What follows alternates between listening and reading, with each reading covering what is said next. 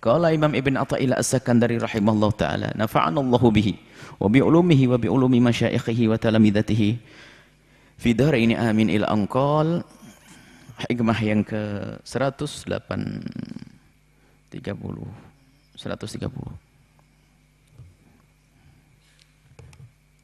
As-sitru ala qismaini.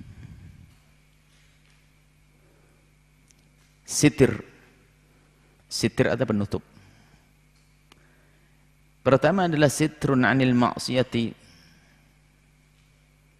wa sitrun fiha. Yang kedua adalah sitrun fiha fil ma'siyati.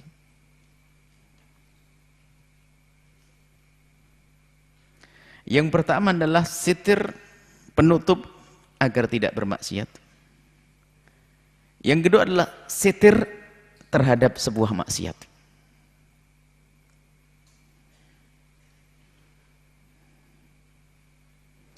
Ada satir penghalang agar maksiat tidak nyampe. Ada satir maksiat sudah ada tapi ditutup. Jadi pada manusia ini ada dua model juga. Ada yang dijaga oleh Allah, dikasih satir oleh Allah sehingga maksiat susah terjadi. Ada yang sudah punya maksiat tapi ditutup oleh Allah.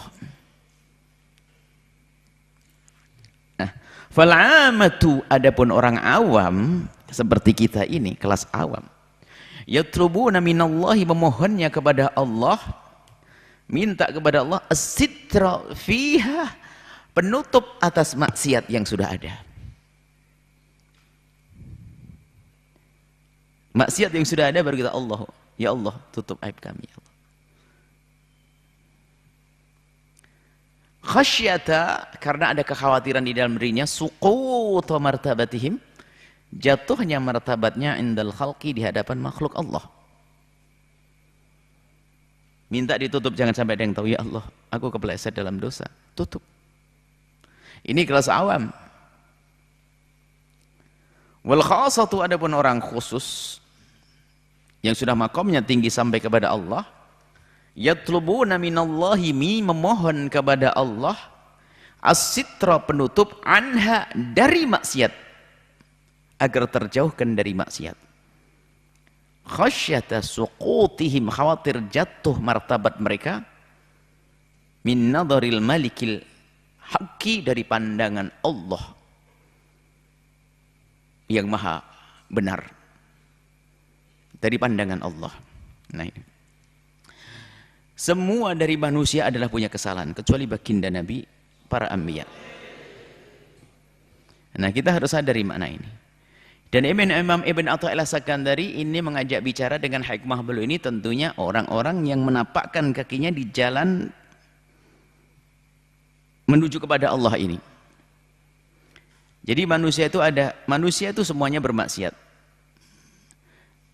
Tapi di antara yang bermaksiat ada dua model. Yang bermaksiat ada dua macam. Yang pertama adalah tidak pernah ada keinginan untuk tobat. Tidak dibahas di sini, dipinggirkan. Karena tidak ingin rindu kepada Allah. Ini yang diajak bicara orang yang rindu kepada Allah. Ada orang berbuat salah, nggak pernah ngerasa salah, nggak ada penyesalan, terus maksiat. Tentunya ini pembahasan masih jauh, tidak dimasukkan dalam kelompok ini. Karena dia melakukan kesalahan tidak ada penyesalan. Ini babnya lain nanti, babnya masih jauh. Ini yang diajak bicara oleh Imam Ibn Athaillah As-Sakandari adalah as-salikun. Orang yang lagi menempuh di jalan menuju keridhaan Allah. Lah inilah yang bagian kedua ini terbagi dua. Di saat bermaksiat, ada seorang hamba yang di saat bermaksiat itu adalah dengan sengaja dia tahu haram dari melakukan maksiat. Ada yang kedua adalah dari kelalaian. Kemaksiatannya adalah bukan diniati, bukan ini. Tapi dua-duanya ini adalah tobat, dia menyesal. Menyadari kalau disalah kemudian dia bertobat. Ujung-ujungnya sama tobat. Makanya ini semua salikun, orang yang menuju pada Allah. Ada yang dalam bermaksiat orang Bandung dan sebagainya, badung, bandel, tapi nyesel. Yang satu lagi ada bermaksiat tapi karena dia sudah berusaha menjaga tapi kepleset. Nah, hikmah ini berlaku juga untuk dua model manusia ini. Nah, kalau orang awam seperti kita ini, apa yang ada pada kita? Ya banyak salah. Sesaat mata melihat yang haram, sesaat kalimat keluar dari lisan kita kalimat yang tidak dibenarkan, perilaku. Nah, ini kita ini model orang awam seperti kita ini yang sering banyak salah. Dan salah yang dilakukan orang awam ini, ada yang memang dia bandel, tapi ujungnya tobat intinya. Ada yang bandel memang tahu haraman, ada yang tidak. Karena dia lupa. Dia lupa, terlena maksiat. Ini orang awam. Ya karena satu hal, dia melakukan kemaksiatan, dia mentobat, nyesel, menangis. Kemudian dalam perjalanan itu nggak berhati-hati, bahasa lainnya begitulah. Seperti orang nggak berhati-hati, kita sandung lagi, sudah tahu ini jalannya terjal, banyak bebatuan, banyak duri yang berada di jalannya, tapi dia nggak hati-hati, ketusuk lagi. Tapi dia ketusuk lagi. Itu orang awam. Seperti kita ini, kurang hati-hati, ngerti dosa dan ingin menghindar dosa, cuman tidak berhati-hati dalam hidupnya. Milih rumah tidak cari tempat yang sekiranya jauh dari maksiat. Milih kawan tidak berhati-hati. Termasuk memilihkan sekolah untuk anaknya nggak berhati-hati. Ini kan orang awam. Jadi orang awam ini kalau sudah kesandung dia bilang sakit dan nyesel, ngadu kepada Allah. Di saat kena duri maksudnya bermaksiat, dia setelah itu nyesel. Cuman dia tidak meletakkan dirinya dalam kewaspadaan. Maka itu yang dimaksud awam itu seperti ini.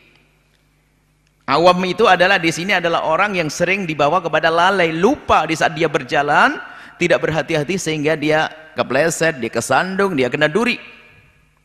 Tapi yang dimaksud orang khus ini adalah orang yang punya makom muraqabah tinggi. Waspada terus. Hati-hati.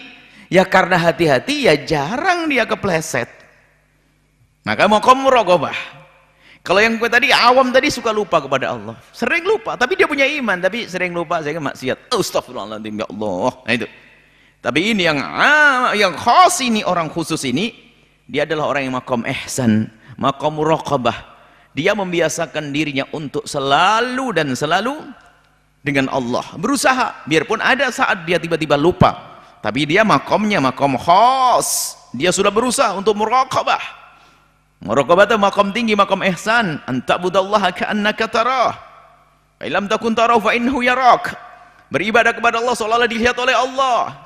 Seolah-olah melihat Allah. Dan ini dia nggak mampu. Di saat dia tidak mampu melihat Allah, maka dia menyadari kalau dirinya selalu dilihat oleh Allah. Sehingga kalau orang merasa terus dilihat oleh Allah, kapan bisa bermaksiat? Kalaupun ada lalai sangat sedikit karena dia hati-hati. Seperti tadi kita contohkan orang berjalan, kalau hati-hati yang insya Allah aman, jarang kepleset. Biarpun nanti ada yang kepleset. 10 orang jalannya tidak hati-hati, 10 orang hati-hati. Yang 10 orang tidak hati-hati kepleset semuanya. Tapi 10 orang yang berhati-hati paling kepleset 2. Atau 100 langkah perjalanan kita sampai depan sana, kita tidak hati-hati, maka karena tidak hati-hati bisa saja dari 100 langkah ini 50 langkah kepleset. Kemudian di perjalanan berikutnya adalah kita melakukan perjalanan yang sama 100 langkah, cuman kita hati-hati, paling kepleset cuman 2. Ada orang al-khasa ini, dia selalu membekali dirinya dengan kewaspadaan. Kita kembalikan kepada hikmahnya bin Athaillah Sakandari. Nah, orang yang khas itu adalah dia sitir adalah meminta kepada Allah agar dijauhkan dari dosa tadi. Maka dia selalu waspada, maka minta, ya Allah jauhkan aku dari dosa. Dan dia hampir tidak jatuh kepada dosa. Kenapa? Dia selalu waspada. Ini makom orang-orang besar. Biarpun ilmu tidak banyak, tapi kesadarannya tinggi. Kenal Allah dia, arifin. Lah makom yang orang awam tadi, dia ngerti dosa juga mengerikan, takut masuk neraka, cuman dia sering lalai. Makanya bagi yang kedua ini, yang satu ini, orang awam ini, mintanya apa? Ditutup. Ya Allah tutuplah kesalahannya. Memang banyak kesalahannya. Berbeda dengan khas. Khas selalu, ya Allah jauhkan aku dari dosa itu. Jadi dosa sebelum terjadi badannya dia tahu, ya Allah itu dosa, jauhkan aku dari dosa. Kalau yang awam enggak, tiba-tiba sudah dimakan, dosa, dosa, sudah bersamanya. Maka seorang awam akan berkata, ya Allah tutuplah dosa kesalahan saya ini. Tapi kalau orang khas, dia akan waspada. Makanya termasuk orang khas adalah, biarpun dia adalah orang kelihatannya awam dalam kehidupan sehari-harinya, tiba-tiba urusan pekerjaan, ya ini halal atau haram, ini halal atau haram, dosa atau tidak, rasa takutnya kepada Allah luar biasa tinggi. Maka dia adalah orang khas dalam hal ini. Ini seperti itu. Disebut oleh Ibn Athaillah tadi di sini, kalau orang awam, ini kelas ya, bukan kelasnya orang nggak tobat. Orang awam kelas kita ini ya, kalau melakukan kemaksiatan minta ditutup kepada Allah ya, agar kita tidak jatuh di mata manusia. Ini isyarat. Apakah kita tidak boleh malu karena manusia? Malu yang sesungguhnya memang karena Allah. Tapi bagaimana kalau kita malu dengan manusia? Orang itu ada malu kepada 3. Malu kepada Allah, malu kepada manusia, malu kepada dirinya.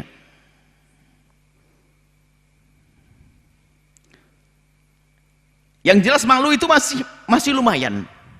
Biarpun orang sudah tidak malu kepada Allah, tapi masih lumayan malu dengan manusia. Lihat, masih lumayan dia. Biarpun dia di hadapan Allah jatuh, tapi di hadapan manusia dia masih aman dan tidak merusak. Contoh, orang yang berzina sudah tidak malu kepada Allah, maka dia kalau berzina masih sembunyi-sembunyi. Malunya dengan manusia, tapi lumayan dia tidak menyebar, mengekspos tentang perzinaannya. Biarpun dia di hadapan Allah sudah jatuh, tapi madaratnya, kerusakannya akan semakin kecil karena dia malu kepada manusia. Yang repot orang berbuat salah sedang gak punya malu, ini kan repot banget tuh. Dirinya sudah rusak, tidak diridhoi Allah. Lebih dari itu, orang yang sudah tidak punya malu di dalam melakukan kemaksiatan, dia akan merusak yang lainnya. Maka malu dengan manusia ini adalah diperkenankan. Akan tapi jangan sampai tidak malu kepada Allah. Hanya kadang-kadar kita malu kita kepada Allah lebih sedikit daripada malu kepada manusia. Jadi kelas awam ini malunya kepada Allah ada, tapi lebih banyak malunya kepada manusia. Tapi diperkenankan kok malu karena manusia. Nah, karena malu dengan manusia inilah yang menjadikan orang menutup aibnya dari manusia. Dan Nabi juga mengajarkan dalam hal ini. Nabi mengajarkan dalam hal ini. Seorang yang melakukan dalam hadis Nabi, kullu ummati, dalam hadis sahih, kullu ummati mu'afa.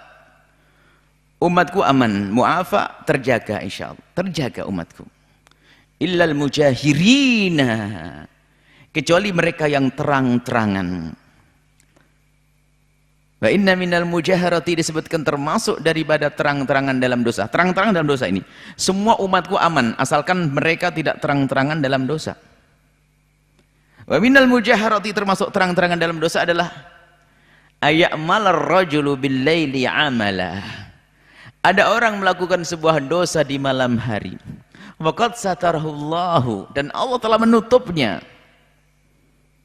Walamma asbah, waktu dia di pagi hari, qala, dia berkata, ya fulan, wahai fulan, aku semalam melakukan ini. Ini orang bodoh. Melakukan dosa yang disembunyikan oleh Allah, ternyata dia malah membongkar sendiri. Lah orang begini yang nggak selamat dia. Di hadapan manusia akan terhinakan dan susah tobatnya bagi orang ini. Akan tapi bagi orang yang bermaksiat, akan tapi kok dia masih menyembunyikan. Dan hendaknya memang disembunyikan.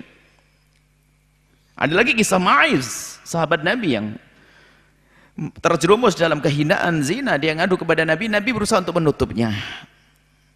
Ya Rasulullah, halaktu, laqad zanaitu fatahhirni, ya Rasulullah, aku telah kepleset dalam kehinaan, sucikan.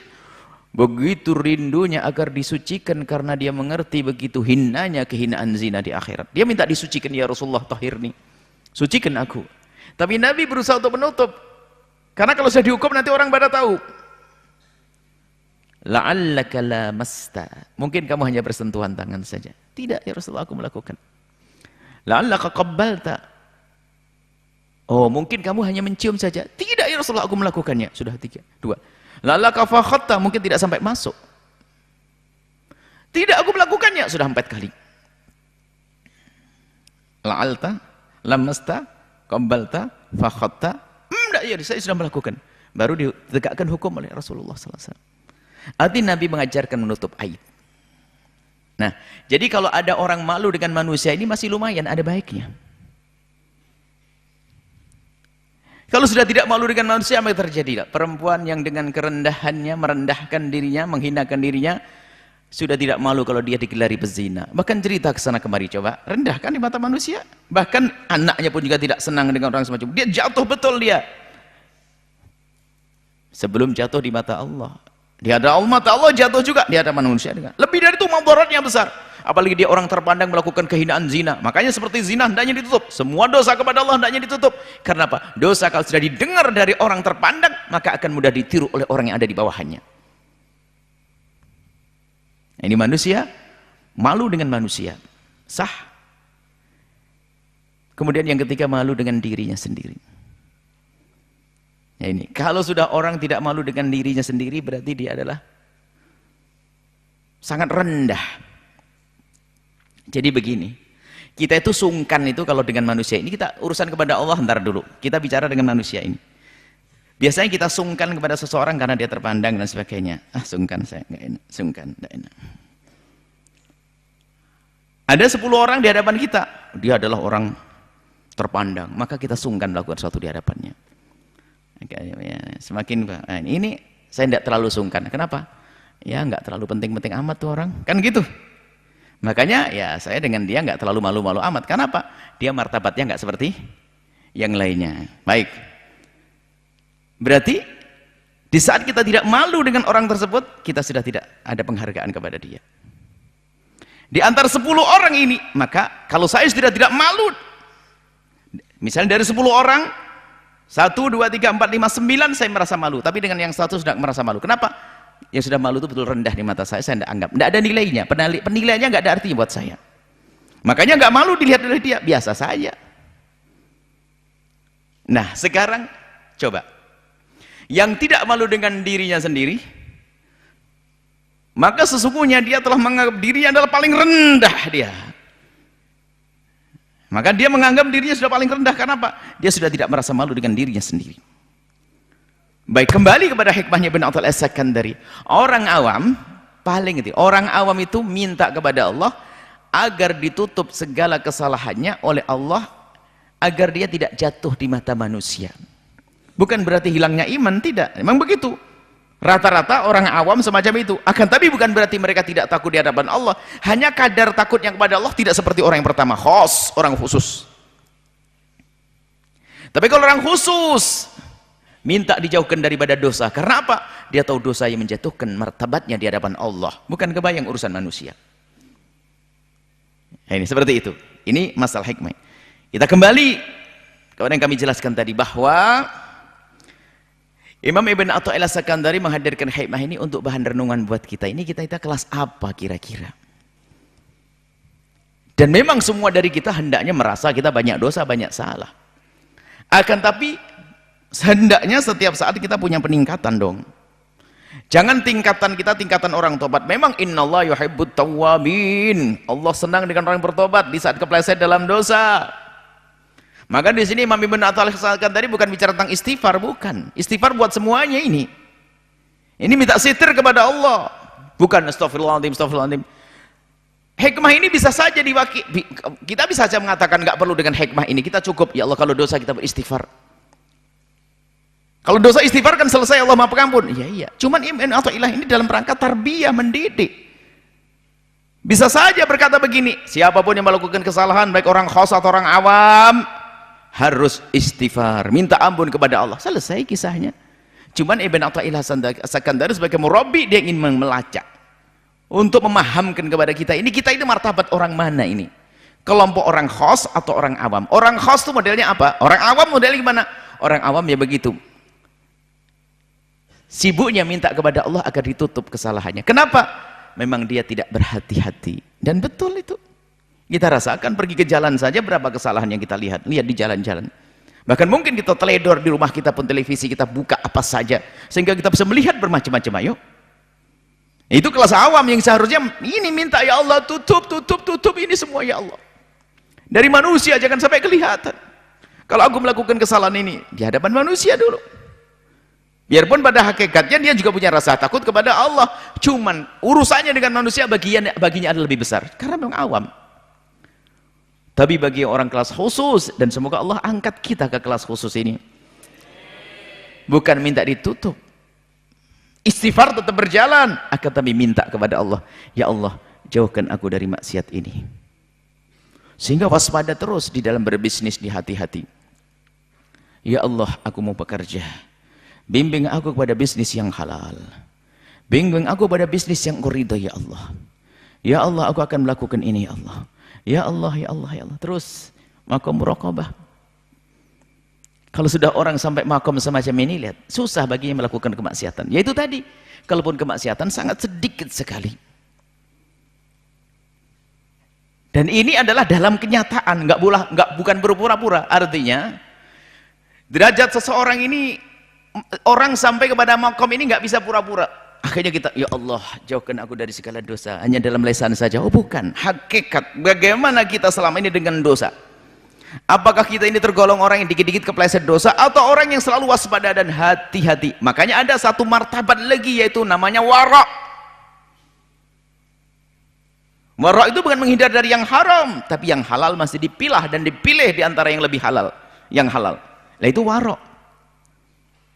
Ini makam yang dibidik Imam Ibn Athaillah itu, ayo kita akan dihantarkan ke sana. Istighfar, ya jelas kita semuanya khata'. Semua anak Adam adalah melakukan kesalahan. Kita bukan maksum kok. Cuman di saat kita melakukan sebuah kesalahan dan di urusan kita dengan kesalahan itu seperti apa? Apakah kita orang yang selalu sadar itu salah kemudian kita berhati-hati, kita menjaga, atau kita golongan orang yang dikit-dikit kepleset dalam dosa? Nah, disinilah kita akan dinaikkan pelan-pelan martabat kita. Oleh Ibn Athaillah kan tadi dibawa untuk menyadari, untuk memasuki maqam muraqabah tadi, makamnya orang khusus, sehingga tidak berucap kecuali dipikirkan ini Allah ridho atau tidak. Tidak akan melangkahkan kaki kecuali dia merenung Allah ridho enggak. Dan ini sangat sesuai dengan hadis tentang kekasih Allah yang mendekatkan kepada Allah dengan yang fardu kemudian yang sunat, hatta uhibbahu, sampai aku mencintainya, kata Allah dalam hadis qudsi. Wa idza ahbabtuhu, kalau aku sudah mencintai seorang hamba, aku akan menjadi tangannya, akan menjadi matanya, akan menjadi kakinya. Maknanya apa? Matanya akan dijaga oleh Allah. Nah, ini makam khas, berangkat dari kehati-hatian tentunya. Setelah orang itu berhati-hati, Allah akan tolong jaga dia. Yang sembrono kepleset terus. Makanya kami selalu ingatkan, jangan main-main urusan syariat Nabi Muhammad. Kita akan masuk wilayah bahkan mungkin bukan saja orang awam, masuk wilayah yang lebih parah lagi. Bukan awam salikun, kan ada khosot salikun, khasalikin, ada amat salikin. Yang kita bahas tadi, ada orang yang keluar daripada dua model ini adalah orang yang salah nggak pernah tobat, bahkan berbangga dengan kesalahan. Bukan, tidak kita bahas di sini. Ini ada dua orang yang masuk wilayah ahli suluk ini, yaitu dia dua-duanya adalah punya tobat. Yang pertama adalah berdosa dan dia tobat. Yang kedua adalah selalu takut melakukan dosa sehingga dia selamat. Kalaupun melakukan dosa adalah bukan seperti yang pertama. Yang satu lagi nggak kita bahas di sini adalah sudah dosa nggak pernah tobat. Bukan itu yang kita bahas. Yang kita bahas ada dua orang yang salikun, yang sekarang berjalan menapakkan kakinya di jalan menuju keridhaan Allah. Kita renungi, kita golongan yang mana kita? Dan memang kita sangat jelas kalau kita masih di kelas awam tadi, di kelas orang awam. Karena apa? Kita kurang hati-hati. Maka ayo kita naik pangkat bersama Ibn Athaillah Sakandari. Hati-hati, waspada. Maka kami selalu ingatkan, jangan main-main urusan syariat, jangan ngentengi urusan keharaman. Ngenteng urusan keharaman, dosa kecil akan gede kalau kita entengin karena kekurangan ajaran kepada Allah. Jangan ngentengin tentang keharaman. Apa sih, tidak apa-apa. Hati-hati ini. Itu makomnya makom khosnya jauh. Makom orang awam. Dan kita tuh masih di situ. Suka ngentengin dosa. Bahkan dalam guyon dan na'udzubillah. Maka jangan main-main. Agar kita bisa naik pangkat. Sehingga apa? Kita tahu yang haram. Selagi haram, astagfirullah. Nah, aku tidak boleh dekat-dekat. Kalau kepleset, cepat kembalinya. Astagfirullah, astagfirullah. Harus kembali kepada Allah. Ah, ini bahaya. Aku tinggal di sini, wah kayaknya tempat duduk ini tidak bagus. Kenapa? Di sana banyak perempuan duduk di sana. Maka aku akan melihat ke mereka. Enggak, astagfirullah. Aku punya rumah di sini. Rumah di sini kira-kira selamat enggak akikahku? Oh, ini channel televisi kok bahaya. Ini terus waspada. Itu orang khos, biarpun dia enggak pernah mondok ibaratnya. Dan kita menemukan orang yang takutnya kepada Allah semacam ini. Dia orang awam. Orang awam. Bahkan dikatakan ilmunya adalah sangat terbatas. Cuman kenapa rasa takutnya kepada Allah kok tinggi sekali? Takwanya tinggi sekali. Jadi sampai kita kadang-kadang bosan menjawabnya, tapi nggak bosan. Hampir, maksudnya seolah bosan. Begitu seringnya dibertanya, Buya ini halal atau tidak? Ini boleh atau tidak? Ini boleh atau tidak? Dikit-dikit begitu. Dan diamalkan omongan itu. Selagi tidak boleh, biarpun itu berat biarpun sesuatu yang sangat besar bagi dia, mudah untuk meninggalkannya. Nah, semacam ini. Maka mari kita semuanya memasuki wilayah khos tadi. Jangan hanya kita tetap di wilayah ammah. Orang awam dikit-dikit kepleset dosa, ke pasar dosa, ke warung dosa, di rumah lihat TV dosa, HP-nya dosa, dosa awam. Dan awam di sini masih menyesal loh ya. Yang repot nggak pernah menyesal itu bukan kelas ini, bukan kelas sadikin, bukan. Kita ingin masuk tingkatan selanjutnya, yaitu yang kita selalu waspada. Maka jangan guyonan urusan neraka. Jangan guyonan urusan dosa. Sekecil apapun dosa, lihat. Jangan ngentengin. Allah Maha tahu. Yang menjadikan dosa gede karena kita mengentengkan dosa tersebut. Kita minta ampun kepada Allah. Setelah itulah, ujungnya kan sama tadi. Baik yang kelas awam atau kelas khas, bisa melakukan maksiat, masuk wilayah namanya at-taubat. Sebab melakukan dosa ini saja yang berbeda. Orang awam gampang kepleset karena ngentengin.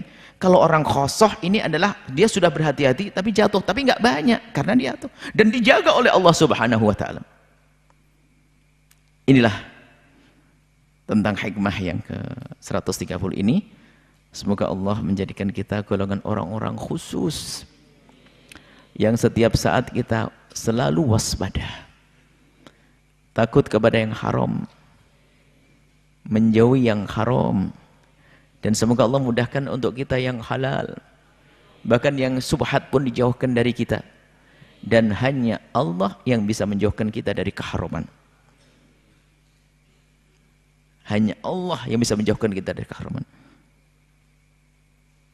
Maka doa yang diajarkan Nabi, Allah makfina bihalalika an haramik. Ya Allah, cukupkan kami dengan yang halal darimu ya Allah. Dari melakukan yang haram. Ini adalah maqam am, maqam khas. Allah makfini bihalalika an haramik. Ya Allah, cukupkan aku dengan sesuatu yang halal, sehingga aku tidak perlu dengan yang haram.